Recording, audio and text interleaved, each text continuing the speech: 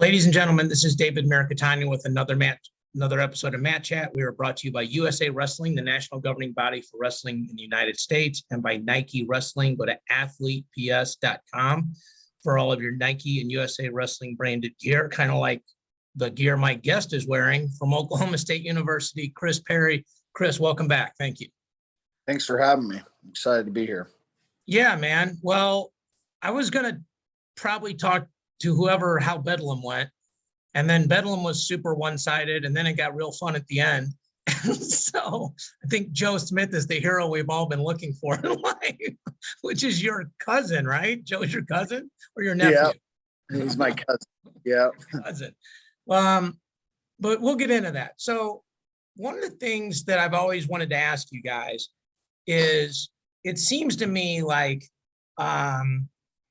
Oklahoma State historically at the beginning of the year spends a lot of time on technique and skill, and maybe your guys aren't as good a shape at the beginning of the year as they are at the end of the year. Is that something I'm imagining, or is that literally you focus more on one than the other? Oh, I don't think we focus on either too much. I think a lot of it is we focus on the individual, and a lot of it depends on the team, the experience, the age. If they're a younger team, a lot of these guys, you got to focus on getting off the bottom. When you first come into college wrestling, bottom and top, normally are pretty hard for these young kids. It takes some time. It takes 2 or 3 years to get used to it. So a lot of it depends on the age, I think, your team is, but and the talent. I mean, if you get some talented guys, they know what they got to do to get ready.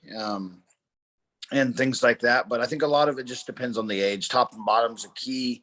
So we might put some more emphasis into getting up, some positions that you're going to be in college. Maybe not just shooting one high crotch and getting to it like you can in high school and scoring right away. Maybe having to chain wrestle a little bit more to get there. So I think a lot of it just depends on the age of the team.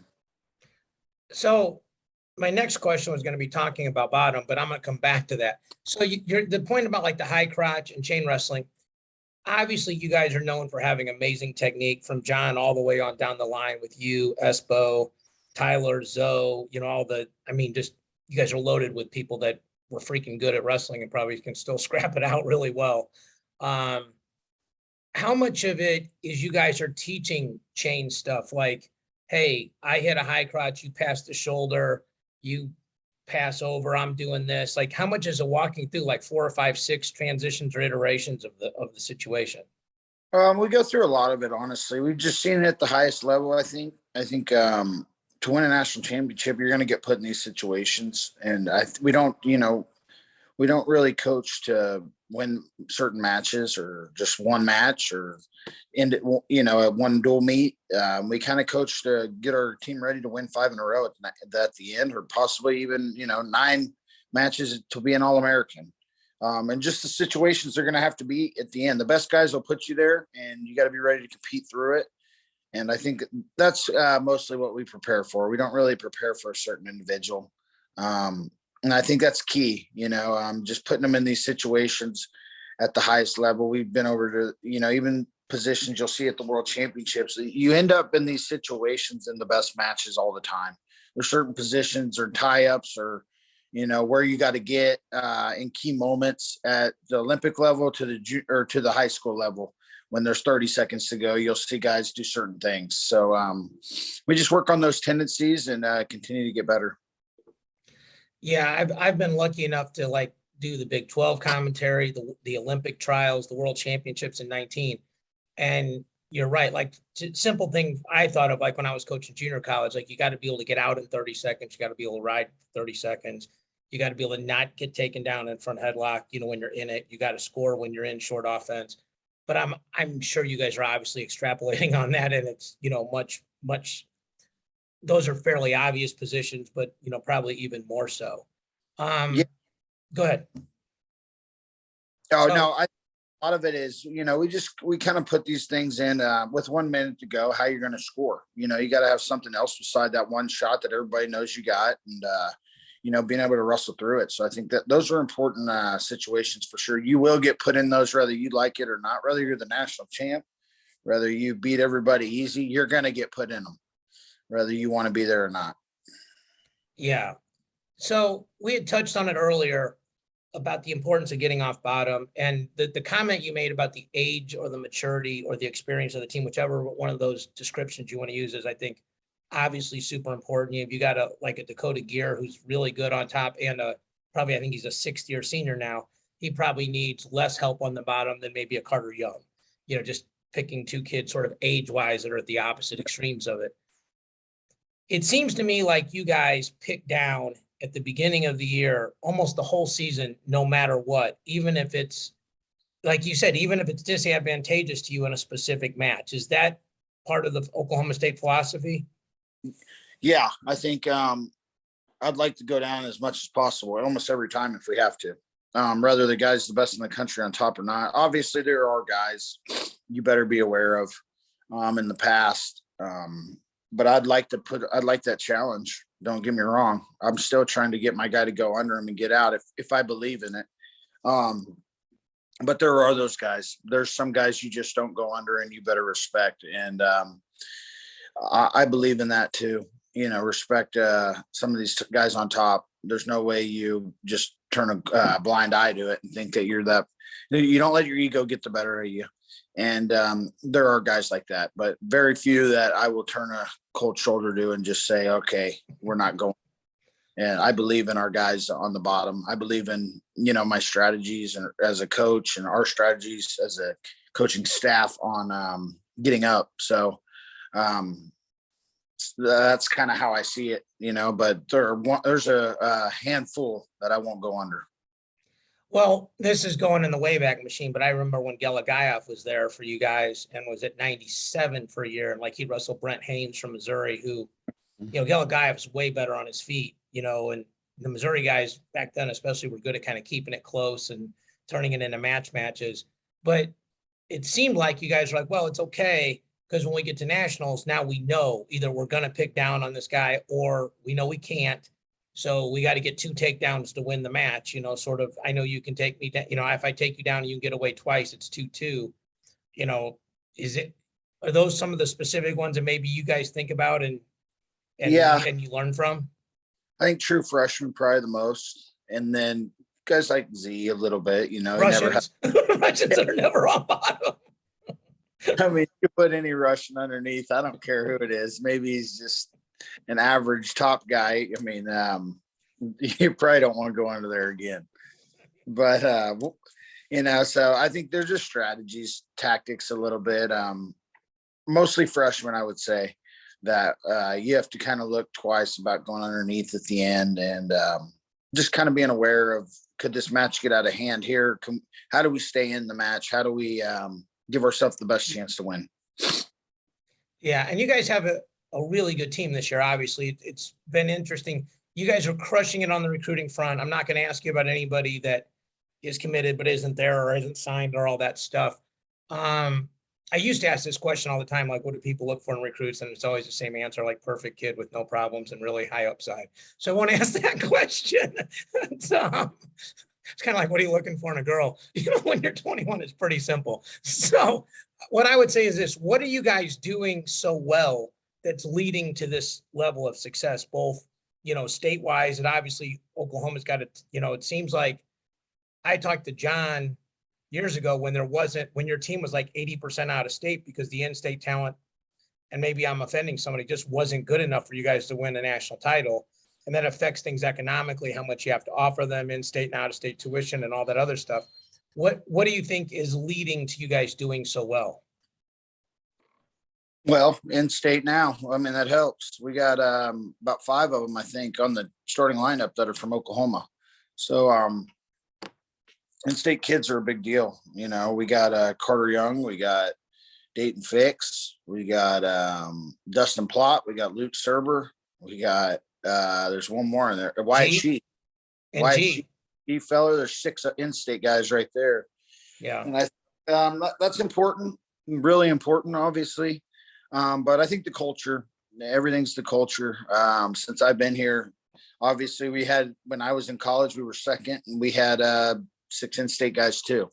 And I think it's the culture. We all know each other. We're all friends. We've grown up together. We know what we expect.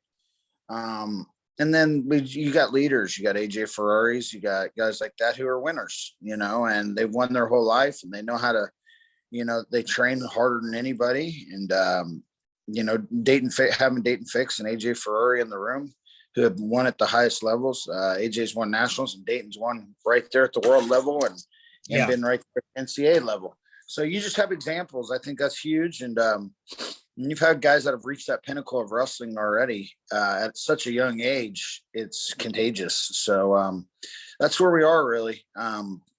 We had that when I was in college, Jordan Olivers and Derringers and me and Caldwell, and we were right there at such a young age. And when you're there at that age, then you got 3 or 4 more years to keep growing and be around these younger kids and this younger generation. It gets contagious and you can make a run at it.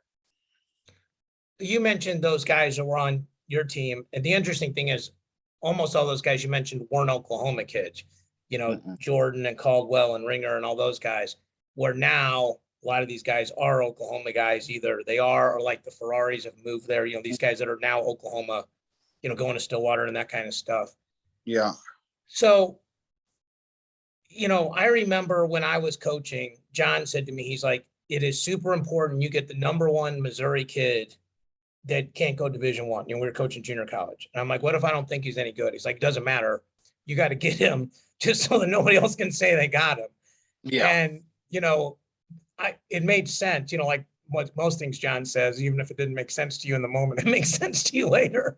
So, you've been around, literally your family, you've been around, like, you don't get a day off on Thanksgiving or Christmas. That's going to be interesting. So, you mentioned Ferrari and Dayton. So I'll start with Dayton. I had him on the podcast after he took second. And what I had seen was Dayton kills everybody that he's supposed to kill. And then in some of these big matches, he just didn't open up as much. It's not that he couldn't win these matches, but like against RBY, against Soriano in those matches. And obviously they're really good wrestlers too, especially really good defensive wrestlers in different ways. But I saw him at the US Open just destroyed Seth Gross. I don't know what a point spread would have been on that match, but it wouldn't have been 10. And then to do what he did at the Worlds, to really go through that tournament all the way to the end, get beat by obviously a world champion. When you're coaching guys that are that good, because I know Dayton's a kid you've known forever, literally grew up in Sand Springs and been on a gazillion teams. How much of it is just helping him believe in himself? Because it feels like he's got enough holds and techniques and skill, but just to help him with his confidence. I think that's everything. Everything's confidence and belief. But at the same time, people got to remember he's young. To manage that belief and that confidence, there's a lot of ups and downs when you're a freshman and sophomore in college. You're going to win a lot of 1-point matches, whether you like it or not, when you're 19 or 20 or 21 years old. It doesn't matter. That's at the college level. I don't think I went through a whole national tournament without a takedown before when I was a junior. So it's like, I'm not the prettiest one to watch, but it's, he's just building on his confidence, his age, his maturity. He's a junior now, and I think everybody's starting to see it because he's getting older. He's starting to really understand what it takes to get out there and, put it on some of these guys and where his mind's got to go to get there. And I think that's kind of where he's coming around, in this last 6 months, his first 2 years of college, 3 years, really. He's just young. If you're not, whether you like it or not, you're not beating everybody like that in college. We've seen everybody from the Yannis to winning and beating McKenna, who's a senior, right at the end. It's just how it works. These guys are old, they're mature, they're not backing down, and you just got to get ready to compete when you're a young kid, and that's where I think he's at in his career. He's starting to mature where he really believes he can beat these guys up. He's just got to get out there and create action. He knows that they're trying to keep it close. He knows that they got to beat him by 1 point. They got to be in a 2-point match. They cannot dominate him. And he understands that. And that's on his shoulders to get out there and get after it. Yeah. And familiarity helps the inferior wrestler. If I wrestle with you every day, the gap's probably not going to get wider. The gap's Mhm. probably going to get narrower because you've got, as good as you are, even in your prime, you have a limited amount of stuff you do, and there's stuff you like to do more than others. And if I hang out every day and keep getting my tail kicked, eventually I'm going to figure out, instead of it being 20 takedowns in a 5 minute go, it might only be 15 and then 10. And then Yeah. maybe I'm actually getting to a leg and stuff like that, and Eh, that part's hard. People don't understand that. Like the more you wrestle with somebody, when we had those not very good teams in Merrimack, we tried to wrestle with all the teams, good teams, as much as we could and get film because we didn't have the best clay, mm, And then that's- we had the Durans of the world. We're like, well, I don't care who we wrestle all year. They got to worry about us, mm. like those kind of things. It's just a different deal. It actually reminds me, I was in the corner, in Duran's corner when he wrestled you. I just thought of that at Central Missouri one year. Yeah. So yeah, that was brutal. so, so speaking on the other side of confidence, you got a kid like Ferrari, right? Who comes in. I want to say this as a compliment. He super just, I think I think he literally, how he acts is not, it doesn't seem like it's an act. Like I've interviewed him before. No. He's super confident, but he's also very family oriented. Like, when I talked to him to help out Dave Bell in Bergen, he talked about his dad and about the importance of an Italian American family and the responsibility of being the firstborn, which was not at all what I expected. I mean, No. just, it's not what you think, right? If you just, it's like reading the headlines or watching clips. So I just thought this, because I knew you when you were in college. I've known you for a long time. Would you and Ferrari have been like really good friends if you were the same age? I feel like you guys had a lot of the same swagger. Yeah. I've known him since he was a kid. Since he was really young, honestly, probably 10 years old. And so I've known what to expect and kind of who he is. And I think he reminds me a lot of, how I grew up family wise. Competitive as all get out. He believes that he can beat anybody in the world. And whether you want to tell him he can't, whether he's a little bit delusional with it, whether it's right or wrong, you're not stopping him from believing it. So get over it. And I think that's just where it is. That's why he is who he is as a wrestler. He has a belief that you can't control. And I'm okay with that because the sky's the limit for a kid like that when you work as hard as he does. That's the difference. He outworks everybody. And everybody can say, everybody always says he works this. No, there's not a big guy I've been around that can work like him. When he's focused and locked in, there's not a big guy that can train and work like him and go through partners like him. And I've been around it a pretty long time, and there's not a big guy like that I've been around where if he puts his foot to the pedal, good luck. And he's going to bring it, and you better bring an intensity and a mindset. It's his mind that's probably the sharpest. He's not scared of anything, and he's going to come, and he's so competitive that he'll call you out till he finally gets what he wants. And so I have a lot of respect for the way that he competes and the way that he carries himself on the mat as a champion. Well, I think coming from the family you have where everybody's won, at the highest levels, like being a national champion is sort of expected, that kind of thing. I know you, I know Joe real well.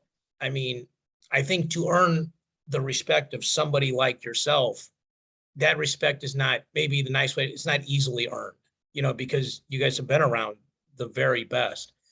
I think where the misconception about him is, he's posting videos and doing TikTok and, all this other stuff. And I'm told, I don't even know which one's TikTok or Twitter or IG or whatever, but I think people think, well, if you're doing that, you can't be working hard. I think that's what old people think, which isn't true, right? I mean, you can do both. And the other thing is, he has no false modesty, No. and people like the aw shucks guys, right? Well, we have to manage a lot of it too, with stuff like that. There is a time and place for that stuff. I think the NLI kind of increased that with everybody. I think I'm not a big fan of it, but whatever. It's in today's world, so deal with it. And I think we got to manage it, and when he understands that, we've all had this conversation. There's times and places to post things, and but when it's time to lock in and it's time to compete, I'm telling you, he can shut it down, and he'll let you know maybe after the match, but before that, he's locked in, and he's 3 or 4 days leading up to that match. It's all business. And so he's got it managed, and he understands what he's doing, and we respect what he's doing. And we have a pretty good eye on what if that stuff, we don't worry about it too much. Yeah, he doesn't seem like he's a problem. Like, No. I think people think he's a problem, but I don't think because I think he wants what you want. He wants to win, and he wants to win more than the other stuff. And he understands the other stuff doesn't count if you don't win. No one cares what you lift if you took 8th at nationals. Yep. So I mean, I think that's a super valid point. And that weight this year is so different. Like last year in our first podcast, we go, there's going to be 5 guys minimum that place in nationals this year that are not in the top 8. Like it was just, no offense, but when Noah Adams was number 1, we're like, they're going to be just chaos this year, and we knew about AJ, and we knew about Rocky Elam, and, some of the other guys, Buchanan, those guys were like, those dudes are good, So, you mentioned about locking in and the importance of matches, and obviously Bedlam was this last weekend. It's, and Bedlam's interesting to me because it's like the Cy-Hawk thing, Iowa State, where it's the schools, it's important to them in all sports, like the football game was huge for you guys, like all that different stuff, right? And in football, it can literally mean the difference in millions of dollars and how much the athletic department gets, which obviously some of it trickles down to you guys, I would think. Maybe you just get more cool hats or something, but something. Let's just start with, obviously Bedlam went really well for you. You guys won 9 out of 10. You won a couple close ones. You lost one close one that really, obviously could have gone either way. I talked to somebody that said there's never been a shutout in that series.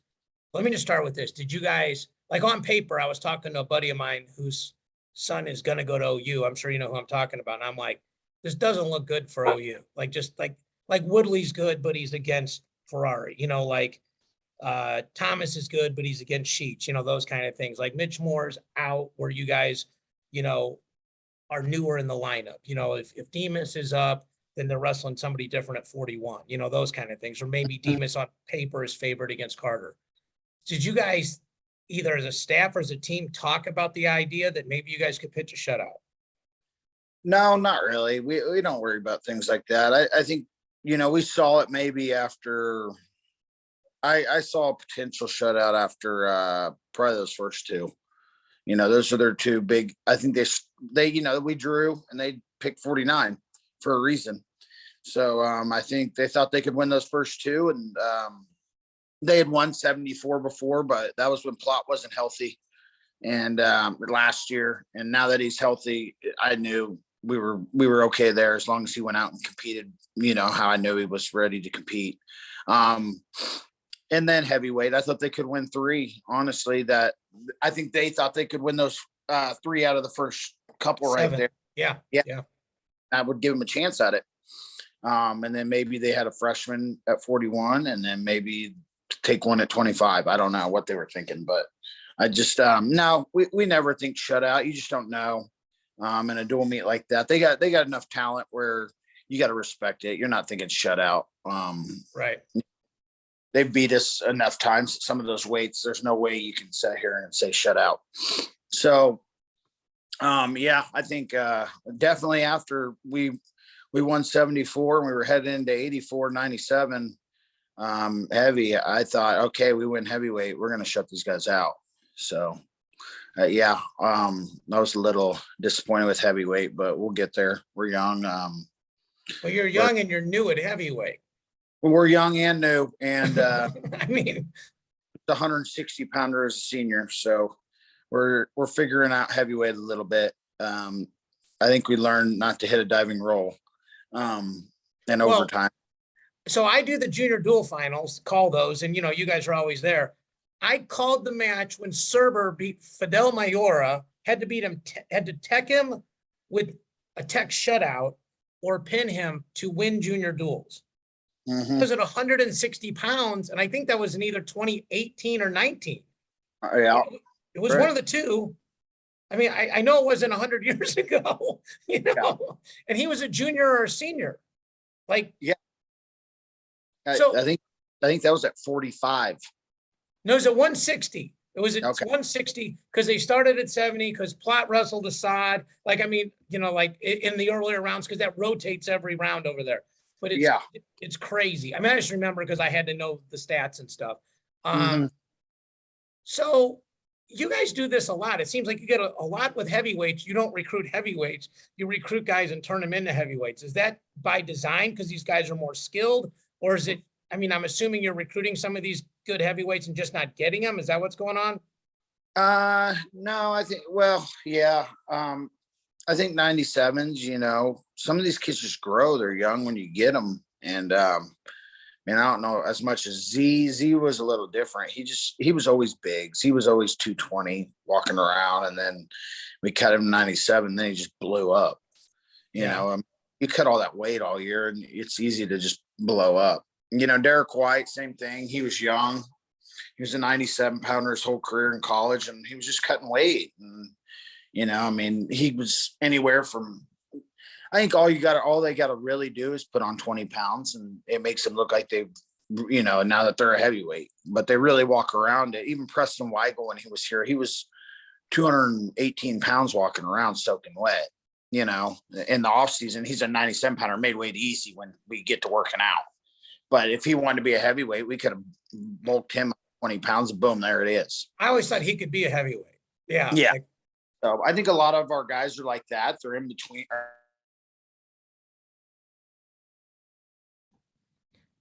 you're frozen right now. I don't know if I lost you. I don't know if your Wi-Fi is down. If you can hear me, I'm gonna keep talking and hopefully you'll come back. So maybe we'll give it one more second. I don't know if you can hear me, if your Wi-Fi can be reset or something like that. It's But like you better get there, out there and get after it. I think that's the key. For him this year, you don't got time to be a heavyweight. You got time to get out there and wrestle and create action and put these guys in wrestling matches. But if you wrestle like a heavyweight, you're not winning. You know, they're gonna win that way. yeah, it's a weird analogy, but I heard somebody say one time, like, you know, if you play, I know he's not number one anymore, but in his prime, if you play Tiger Woods, one hole on your home golf course, you put the pin exactly where you put the stick, you know, the tee box, you have a chance. It's probably like 1 out of 100, but you have a chance. But if you play him for 18 holes, you have no chance. Like it doesn't matter even if you play from the ladies' tees and he plays from the tips. Like you're not going to beat him because, and the point is, the more you play, the better person wins. You know, I want to say better guy, the better person, because obviously women's wrestling is the better athlete, the better wrestler, the better golfer, whatever. And so the carryover to that is what you're saying is, look, I want to get in as many wrestling positions with this person as possible, but you have to get it out of your head that you're going to win 3-2. Like if you do that, you're probably going to win 5-4 or 7-6 because you're probably going to lose a takedown or two. And I know this guy wasn't on your team, but Jason Nolf always seemed like a guy that was like that. Like he didn't mind losing a takedown or two. No. And yeah, I mean, he's one of the greater college wrestlers that we've seen, obviously, and there's a reason why. You know, from when he was 18 years old on, he competed with the same attitude, you know, and I think that's the difference when you're young, not respecting guys, getting out there and getting after it. And that's key. You know, he's set back last year and had to watch, you know, some of these heavyweights that are out there. And we don't got time to respect these guys. And we got time to get out there and make a name for ourselves and get ready for the NCAA tournament. Yeah. So one of the other things that you guys, it seems like you do every year is you travel a lot and it feels like you almost intentionally make the travel uncomfortable. You know, Yeah. it's like you got to weigh in Friday, weigh in Sunday. You know, I know like with every other year, Wyoming with the altitude, you know, that kind of stuff. Is the design to be a little bit uncomfortable? So by the time you hit, because I mean, obviously Big 12s are super comfortable for you. in terms of travel and home crowd and everything else, with it being in Tulsa, that's, unless they could put it in Stillwater, it's probably the best place they could put, Oklahoma City, Yeah. Tulsa, or Stillwater, right? So is it Yeah. designed to be a little uncomfortable? Is that the thought process when you guys are putting a schedule together? Yeah, for sure. We're headed to, we got 3 duels this week and we leave tomorrow, 5-day trip. And we're driving from Air Force to Utah or to Wyoming, 3.5-hour drive, and then back down to Denver, and then flying out to Utah Valley. So, yeah, we do it on purpose for sure. Just do early in the year, I think, and then the later half of the year when the schedule gets a little tougher, make it a little bit more at home, to help these younger guys. I think a lot of the schedule, again, depends on the experience of your team, the age of your team. We got 5 freshmen. That's what people don't realize is, we got 5 freshmen in the lineup, and our oldest guy after this year is going to be Dayton Fix, and he's going to be a junior with 2 years left. So it's so weird calling these guys who the won nationals like freshmen, I know they are, but it's like when I was doing the rankings, I knew what age everybody was. And now it's like so goofy. Yeah. So I think that's important for us, is that we have 5 freshmen and get them as much experience in hard times as possible before the NCAA tournament, get them through it and get them ready to go. And these guys, they're talented. Let me tell you. This is as talented as a group as I've been around, but we have to go through the ups and downs now. So I'm watching Bedlam, and I want to get to that, but they posted the graphic that it's been 06, I think it is, since Oklahoma State won nationals. And it seems like this year might be tough. I know you guys aren't going to concede that, but Iowa's got everybody back and Penn State's really loaded. I'll set this year aside. I won't ask you to say anything about this year because I know you're going to tell me you're going to win it this year, and that's what you should believe, and I get that. Mm-hmm. But the future with 5 freshmen starting, with, I think Gear's probably your only starter graduating, but maybe I'm wrong about that. So 9 of 10 guys back. I know you're recruiting well. How many team titles can this crew win? Can you guys put 2 or 3 together out of this group?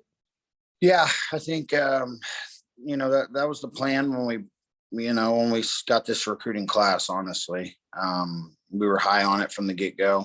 Obviously, this was our number 1 recruiting class. I think starting in Tulsa and thereon, if we can kind of get that, if everybody stays healthy, health's got such a key to do with it. Being injury free, everybody stay on track, and everything like that. I think from it could start whenever. I think the sky's the limit with this group, and I think that's the plan. Let's make a run at it, and let's get back to where we were. These guys seem like they have a lot of fun, like Ferrari, but even like Dayton smiling more, I know Carter Young's got a big personality, and a lot of these guys. Does this kind of stuff, it feels like it's like, I know when we had like Duran and Jamel, it actually felt like it made my dad younger, like not old, like, sometimes you think those guys wear you out, and they do in some sense, but I feel like John seems invigorated to me.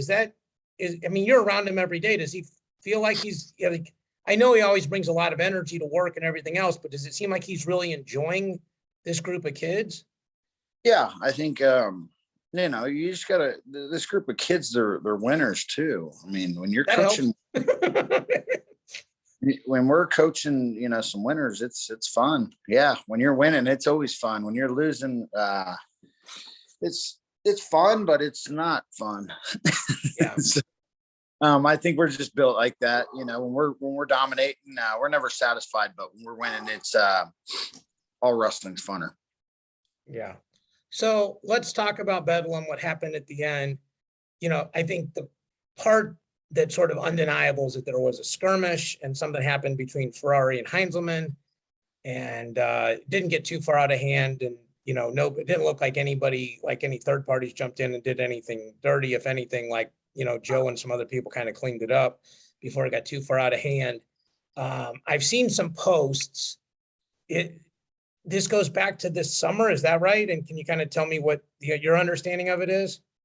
Honestly, I don't know a ton behind it, but yeah, I think this summer when his brother was wrestling, maybe Heinzelman popped his brother on the back of the head after a match. And then I guess they were chirping after the dual meet. I was actually in the very front of the line shaking hands. So I caught It all happened behind you. Yeah. I Mhm. I didn't even see it till it was basically over.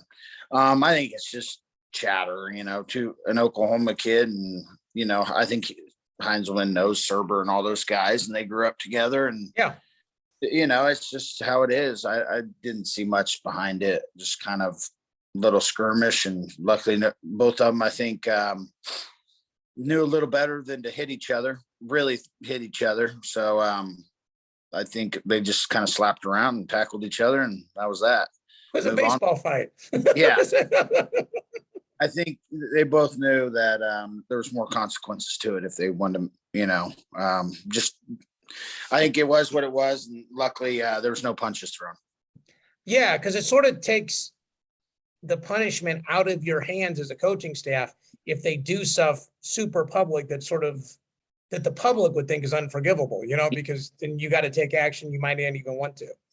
So Yeah, we knew that. And I think after it was all said and done, we were kind of, like you said, I think AJ knew not to throw a punch, and Joe was the unsung hero, like you said. yeah.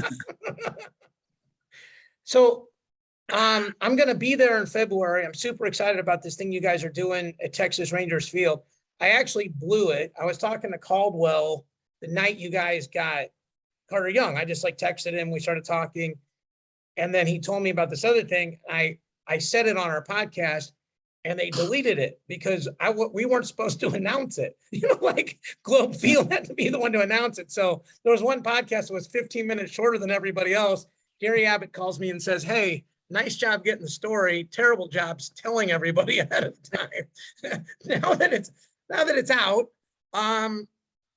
how did you guys in Iowa have this, I think, super cool relationship? I obviously want to beat each other's brains in, but I think that's respectable. I think you guys and the brands and Morningstar, you guys respect the fact, hey, we're coming for you, you're coming for us kind of thing, but it's a respect thing.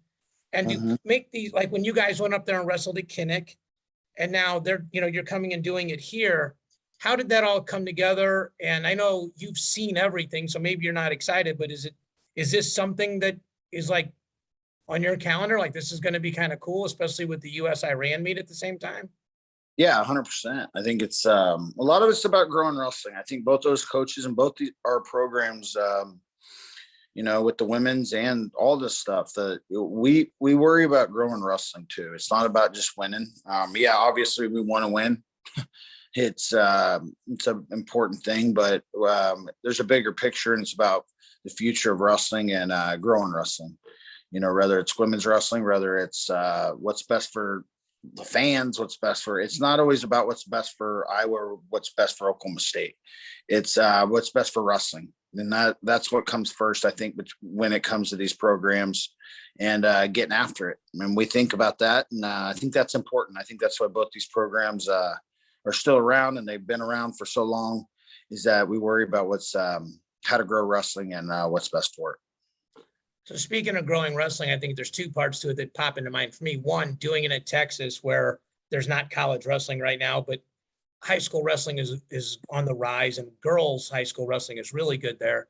And then the second part is I had Clarissa Chun was awesome. She agreed to come on the week after she was announced.